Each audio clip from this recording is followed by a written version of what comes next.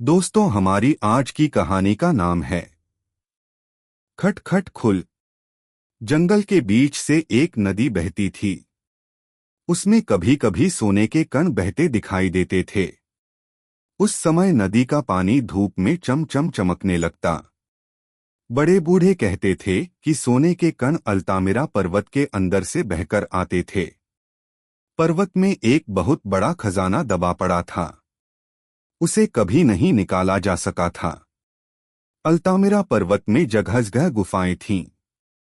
एक बार कैलामिन नामक बूढ़े कंजूस ने वहां खजाने के लिए खुदाई करवाई थी।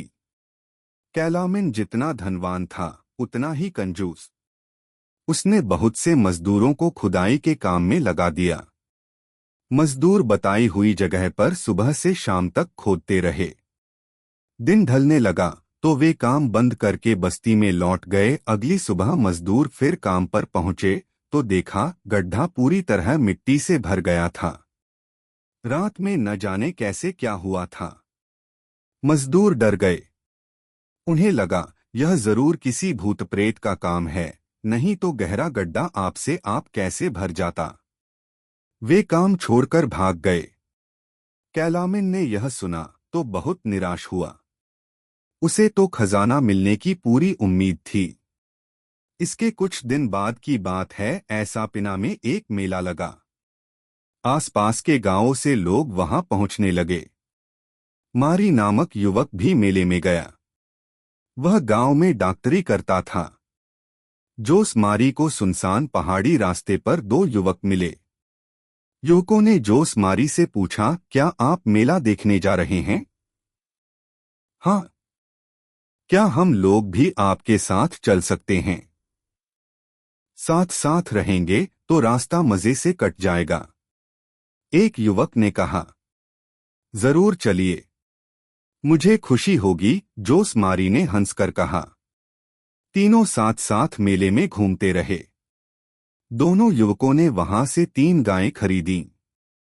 फिर वापस चल दिए। रास्ते में एक बड़ी चट्टान के पास पहुंचकर युवक रुक गए। दोनों युवकों ने कहा, डॉक्टर साहब, एक गाय हमारी ओर से आपको भेंट है। हृष्टपुष्ट गाय का उपहार पाकर जोस मारी प्रसन्न हो उठा। पर वह यह नहीं समझ पाया कि वे दोनों युवक उस स्थान से क्यों विदा ले रहे हैं, क्योंकि वहां कोई बस्ती नहीं थी। चारों ओर चट्टानें और घनी झाड़ियां नजर आ रही थीं। पर्वत का वह भाग एकदम सुनसान भी था। तभी एक युवक ने कहा, डॉक्टर, आप बहुत अच्छे आदमी हैं। अगर आप भविष्य में कभी हमसे मिलना चाहें तो यहीं चले आएं यहाँ। डॉक्टर ने आश्चर्य से कहा और इधर-उधर देखने लगा। कहकर वे दोनों हाँ, यहीं रहते हैं हम पड़े। फिर एक ने चट्टान पर एक जगह घेरा बना दिया। एक छड़ी डॉक्टर को थमा दी। कहा, इस छड़ी से 7 बार इस घेरे के अंदर खटखट करना। हमें आपके आने का पता चल आएगा। डॉक्टर हैरानी से उसकी बात सुन रहा था। तभी युवक ने छड़ी से घेरे के अंदर वाली जगह पर 7 बार खटखट की। एक आवाज हुई। चट्टान अपनी जगह से खिसक गई। वहां एक दरवाजा दिखाई देने लगा। दोनों युवक 2 गायों के साथ गुफा में घुस गए। चट्टान फिर अपनी जगह वापस आ गई। दरवाजे का निशान न रहा। हाँ, चट्टान पर बना घेरा अब भी साफ दिखाई दे रहा था। यह विचित्र घटना देख जोस मारी डर गया। वह जान गया कि दोनों युवक साधारण मनुष्य नहीं थे।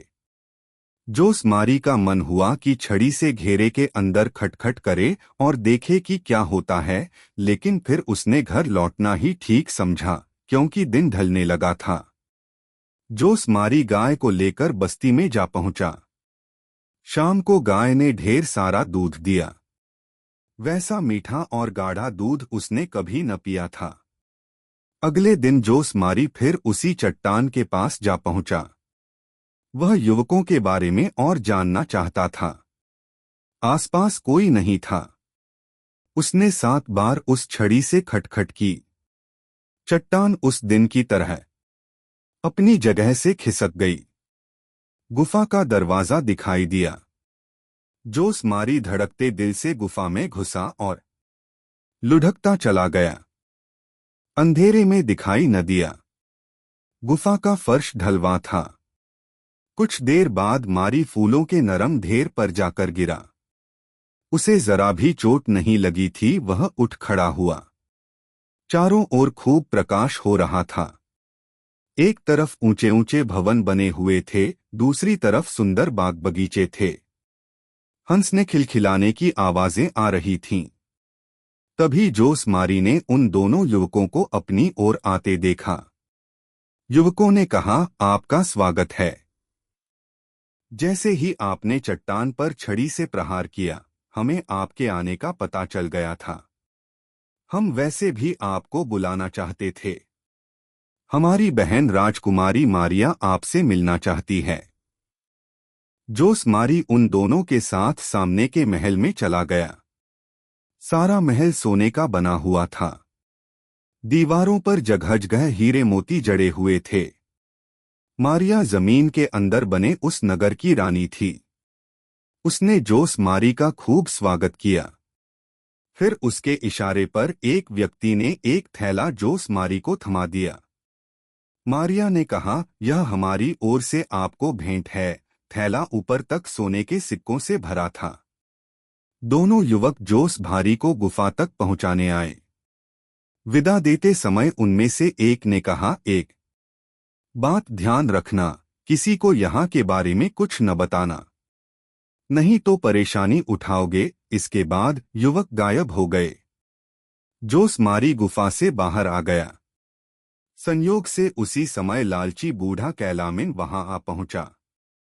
वह सोने की खोज में घूम रहा था। कैलामिन ने जोश मारी को थैला लिए हुए गुफा से निकलते देखा तो चौंक उठा।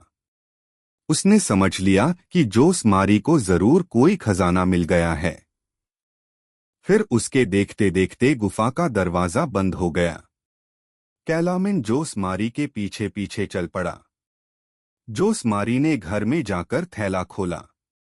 सोने के चमचमाते सिक्के देखकर उसकी आंखें फटी रह गई। तभी कैलामिन भी आ पहुंचा। उसने कहा, जोश मारी, बताओ थैले में क्या है। डॉक्टर चुप रहा। उसने न बताने की कसम खाई थी। जब कैलामिन ने बहुत पूछा तो उसने कह दिया, मैं जड़ी बूटियां लेने वहां गया था। इस थैले में क्या है? कैलामिन ने पूछा। जड़ी बूटियां? डॉक्टर ने कह दिया। तभी कैलामिन ने डॉक्टर के हाथ से थैला झटक लिया। थैले का मुंह खुल गया। कैलामिन ने उसमें हाथ डाला तो सचमुच जड़ी बूटियां दिखाई दीं। लो अपना थैला। कैलामिन ने थैला पटक दिया। जोश मारी ने जैसे ही थैला उठाया, जड़ी बूटियां फिर से सोने के सिक्कों में बदल गई। एक सिक्का डॉक्टर के हाथ से छिटककर फर्श पर गिरा। टन की आवाज हुई। कैलामिन बोला, तो यह बात है। जल्दी से बताओ, सोने के सिक्के कहां से लाए हो? नहीं बताओगे तो मैं राजा से शिकायत कर दूंगा। तुरंत कारागार में डाल दिए जाओगे। डॉक्टर घबरा गया। उसे लगा अभी सैनिक आकर उसे गिरफ्तार कर लेंगे। आखिर उसने कैलामिन को पूरी कहानी बता दी। सुनकर कैलामिन बोला, तो यह बात है। मुझे भी। चलो राजकुमारी मारिया के पास। जल्दी करो। अभी। चलो। जोश मारी मन ही मन पछता रहा था। पर तोर कमान से निकल चुका था। अब कुछ नहीं हो सकता था। वह कैलामिन को लेकर उसी चट्टान के पास पहुंचा जिस पर घेरा बना हुआ था।